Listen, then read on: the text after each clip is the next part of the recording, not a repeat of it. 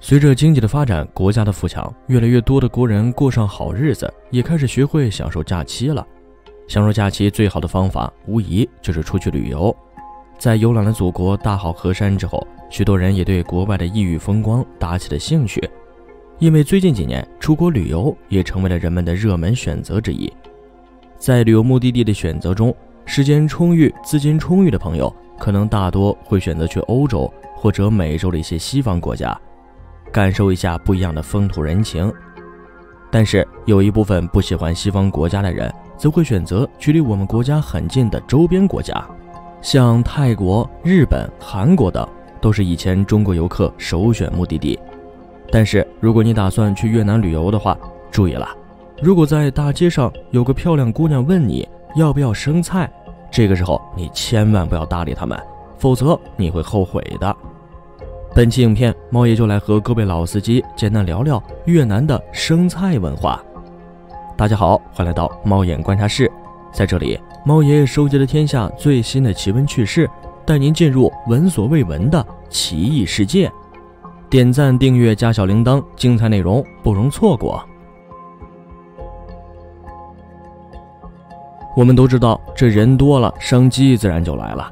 所以当你走到越南的街头，谁会发现这里有很多穿着清凉的女生站在那里，说着一口流利的中文，问你要不要生菜。相信大家第一次听到这句话肯定是懵的，有经验的老司机甚至还会猜想他们的这个生菜是不是一种特殊服务的暗号，或者是自己太帅了才引得这些美女对自己搭讪。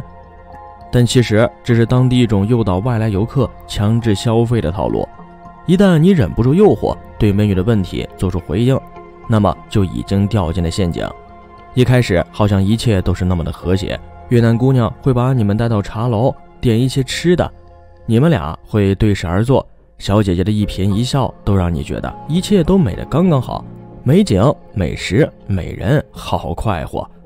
可当你放下防备时，越南姑娘会借机说出去一下，待会儿就回来。可是他们真的会再回来吗？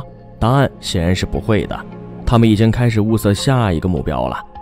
而你等久了之后，决定买单离去时，这时你会发现，你吃的哪里是简单的点心，简直就是天价的黄金。如果你不服气，不想买单，那么面对你的将是一顿暴打。如果你不想惹是生非，乖乖就范，付了钱，但是自己又有点心痛，因为那点点心根本就不值得那些钱。往往这个时候，游客是百口莫辩，茶馆服务员全程说着听不大懂的语言，游客身边又没有能够提供帮助的人，只能吃哑巴亏，苦水往肚子里咽，乖乖掏钱消灾了。这样的事情在当地已经十分常见了，当地人都心知肚明，一般也不会管这个闲事儿。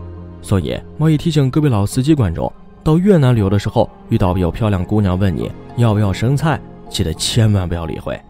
其实说白了，这些姑娘就是茶托，和我们国内所谓的酒托一样。所以外出的时候一定不要被鬼迷心窍，不管人家是男是女，是强是弱，就随随便便的跟人家走，不然吃亏的一定是自己。越南的治安环境虽然不错，但在越南旅行需要注意的地方远不止要不要生菜这一项。猫爷整理了几个越南常见套路，在此分享给各位。一、扒手和偷窃。从越南机场一下飞机，你就应该注意你的包包了，因为机场是一个拥挤的地方，人很多很杂，也是小偷比较多的地方。如果你在城市里旅游，不要使用钱包或者容易被抓住的包。越南有很多飞车党，游客们经常会带着他们昂贵的单反相机到处走动，忙着拍照，这使他们很容易成为目标。二、人力车骗局。无论你走到哪里，都可能遇到一个人力车司机向你走来，并说可以载你一程，价格可以谈。一旦你们在价格上达成一致，接下来就会发生两种最常见的情况。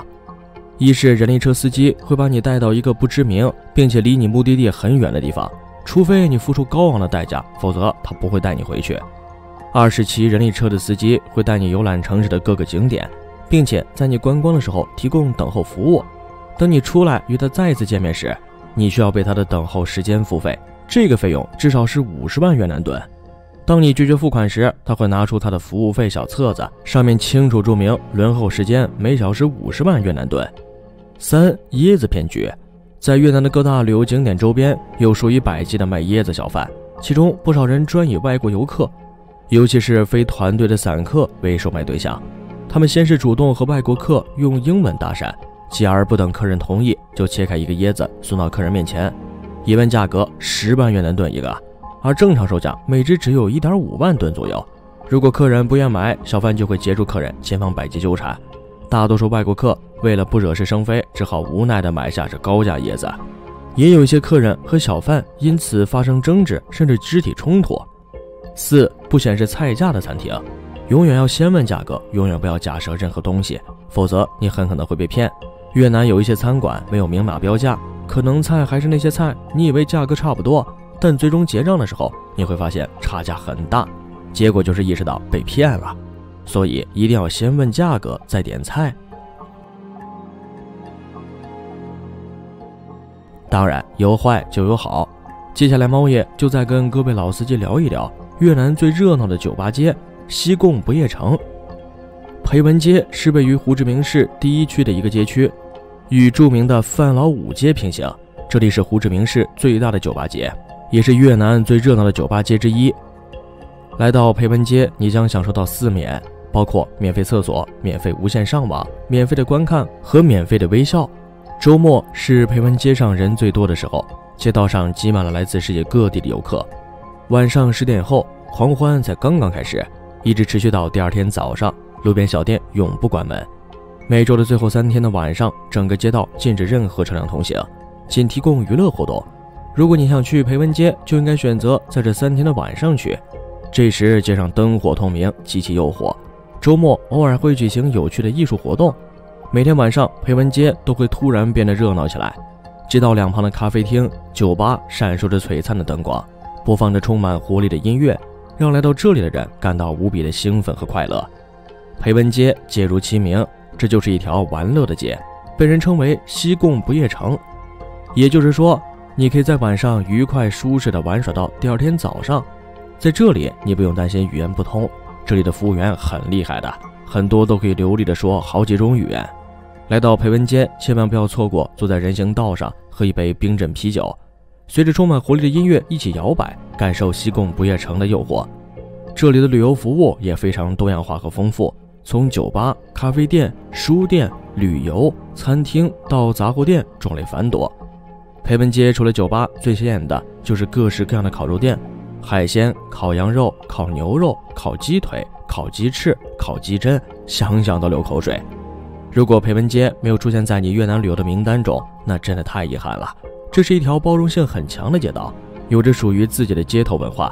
虽然这里很喧嚣，但绝对能让你忘却所有的疲惫和烦恼。好了，今天的影片猫爷就先讲到这儿。各位老司机有没有在越南经历过其他套路呢？